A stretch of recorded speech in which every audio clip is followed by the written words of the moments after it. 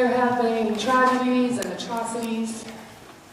And probably like many of you, after the shock of the latest mass shooting in Orlando, where 49 people were murdered and 53 others injured, some of them critically, made into human targets because of who they love, I have spent this last week moving between tremendous sadness and tremendous anger.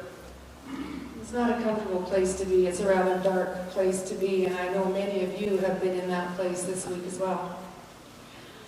So many of us are hurting and not sure what we can do about yet another mass shooting in a country that is other than our own.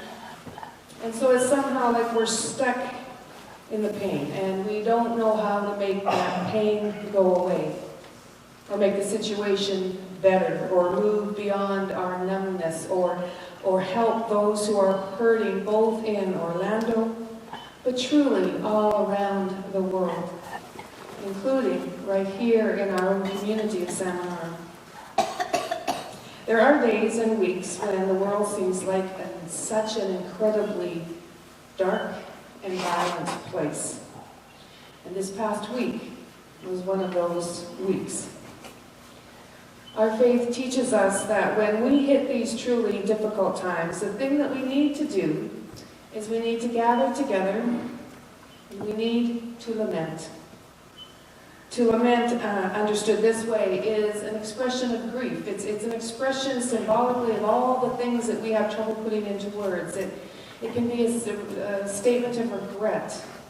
It's a way of naming the pain without getting lost in it.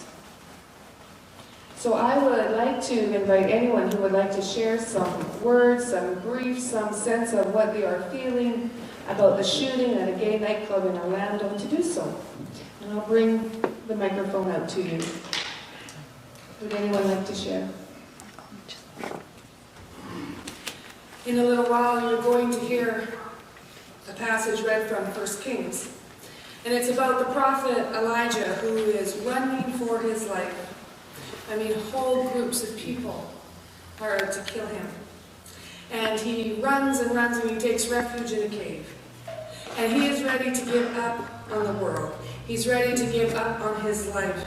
And he's certainly ready to give up on God. Well, God sends him a message saying, I'm going to pass by this way, and I want to talk to you. So come out of that cave, and let's talk. Then you're going to hear about a powerful windstorm that split rocks, and then you're going to hear about an earthquake that ripped open the ground, and you're going to hear about a fire that burned everything up.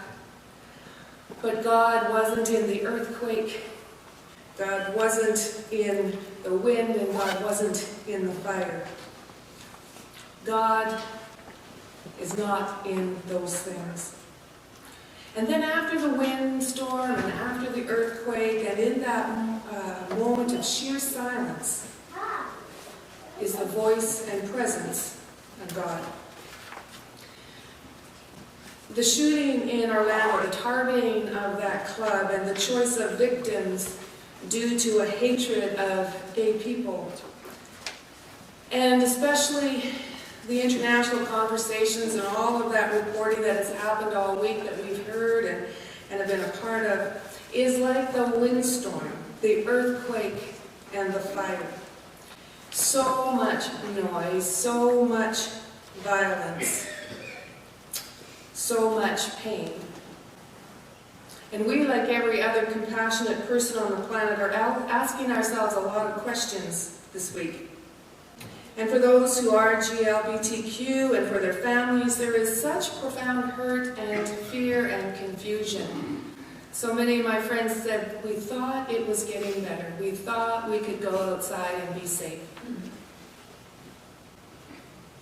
So we don't always know what to do. But we need to do something. We need to respond. And maybe we begin by sifting through the noise of the storm that seems to be everywhere this week. You know, the claim that Muslims are at fault, well, that's noise and violence. The claim by some of our fellow Christians that those gay people are an abomination and got just what they deserve is horrendously noisy and violent and vile. Because it takes a gospel of love and twists our scriptures into something that is violent and hate-filled. You can't make the case biblically at all, and why would you? The noise of the argument that since it happened in a country other than Canada, we don't have a right to get involved. I think that's noise. It's noise because wherever people are hurting, our faith calls us to respond in love.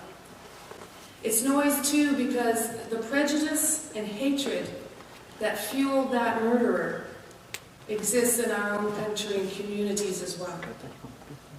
So we're in this really hard place. We're like Elijah, we are tired and we're weary and we're worn, and maybe some of us even feel like giving up.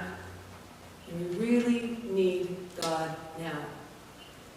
But God isn't to be found in the blaming of Muslims and immigrants. God isn't found in the prejudice and hatred directed at members of the gay community. God isn't found in churches that do not acknowledge the worth of all people. God isn't found in the churches that do not include an understanding of love that includes all people, including gay people, including people like me. God isn't found in the call to hatred of those who perpetrate violence or want to see a racist elected as the leader of the free world. God is going to be found in the sheer silence. A place where we still our fear and our anger. A place where we tune out all those loud arguments we have heard on TV and online. A place where we let go of all that we think we know. And as a heterosexual person, I grew up thinking a lot of things, right? Weren't true. You simply need to be open to God in the silence. Because it is in the silence we will find our truth and our way. So today we're going to take a moment of silence as we watch the names and faces of those who were killed last Sunday. Not in an effort to make religious hay out of their deaths, not as a way to sensationalize yet again their deaths. Not to say that their deaths are any more important than the death of anyone else, except hate killed them. Hate killed those people. So what we have left is we have people, mostly very young people, who had families and jobs and friends and a life to live in front of them, but instead they were murdered for who they loved. So we acknowledge and remember them because it is in this silence that we meet God and see a way through these dark days. As J.R.R. Tolkien, the writer of The Lord of the Rings, writes, "You see, some believe it is only great power that can hold evil in check. But that's not what I have found. I have found it is the small, everyday deeds of ordinary folk that keep the darkness at bay. Small acts of kindness and love." And so as we watch the names and the faces of these people, may this be our small act of kindness and love.